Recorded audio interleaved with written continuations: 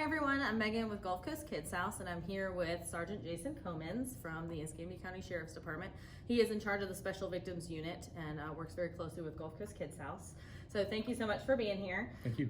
Again, we're doing another update for you guys just to kind of let you know how the COVID-19 pandemic has affected operations of child abuse cases and what really is affecting our community right now in present time. So Jason, can you tell us a little bit about what you guys are kind of seeing and what changes in just general law enforcement have really happened and how it's really affecting you guys right now? The way it's affecting us is we're getting, because school's out now, and it kind of went out a little bit earlier than it usually does. So we have kids that are at home, and the parents, of course, weren't prepared for this because this happened kind of all of a sudden. And so we have kids that are being at home, so we're having more issues where parents are having to have more interactions with their kids than they would before. So a lot of the issues that were at schools, that the school resource officers were having to handle and the schools themselves were handling, now they're being at home, same issues. And so now the parents are handling it, and sometimes they handle it a little bit differently than the schools would. Okay. We have heard, because as we know, teachers and school administrators are a lot of the people that we receive reports from. So we have heard that there's been an increase of reports from law enforcement. Have you guys experienced that? We have. We've seen some different ones. Of course, with the kids at home, there's a reporting issue because, the schools, they're well versed in the mandatory reporting systems and reporting things that are happening. So we've reached out to the community through radio shows and things of that nature. Facebook Live, the sheriff has actually done a Facebook Live asking the community to kind of step up and kind of pay attention, like neighbors. If you see something that doesn't seem right or doesn't look right, it's okay to call and report it to us, and we can send an officer out to check on it, to look for those red flags or those signs that we can do something on. So, with the school in place, they're trained to look at all that, but of course a lot of people in the community aren't. So that's something that we're trying to get people more involved in the community to do. So give us a few examples of what some of those red flags may be as a community member or as just a concerned citizen.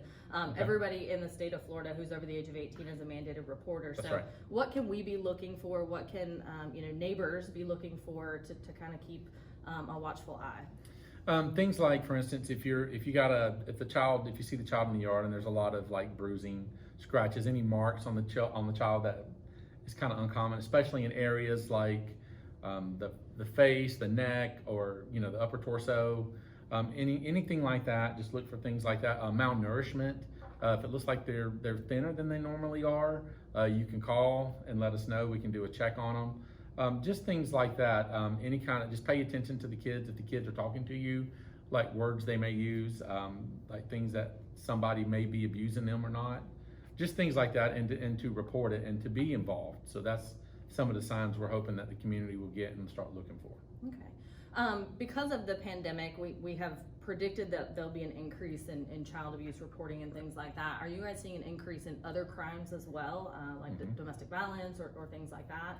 We are. We're getting more domestic violence because people are they're together more often than they were before.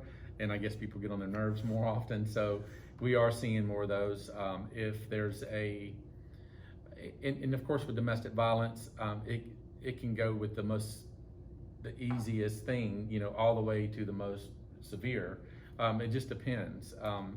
So yeah, we are getting more and more of those cases. People calling the sheriff's office to help resolve these disputes when the officer gets here, realizes that it is a domestic violence related situation. So the officer is required to act if it is a domestic violence situation.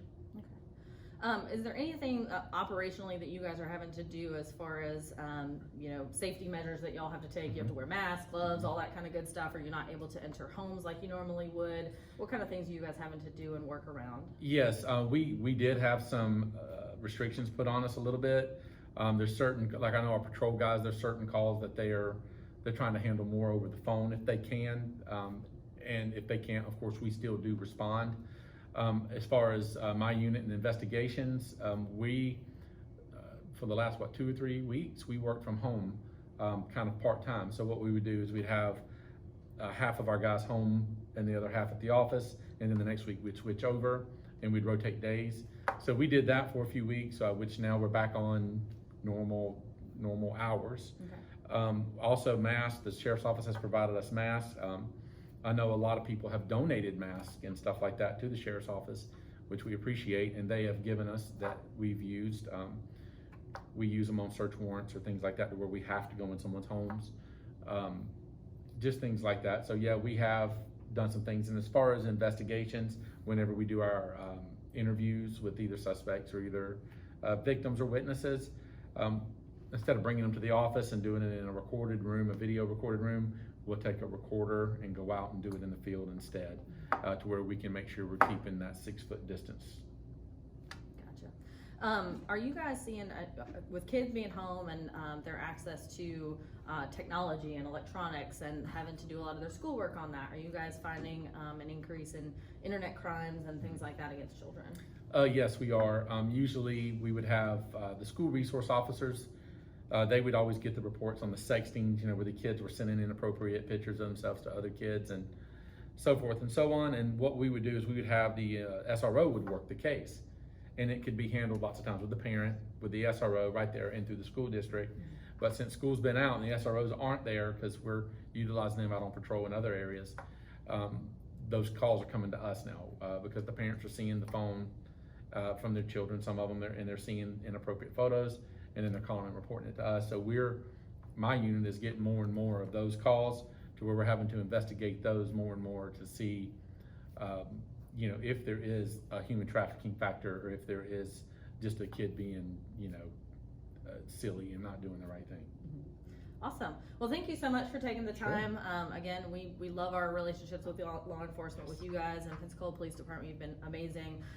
We know you guys are front of the line workers, and we really appreciate everything you're doing. So thank you so much for taking the time. I know you're busy. We'll send you back to your really important work, but thank you guys. Thank you.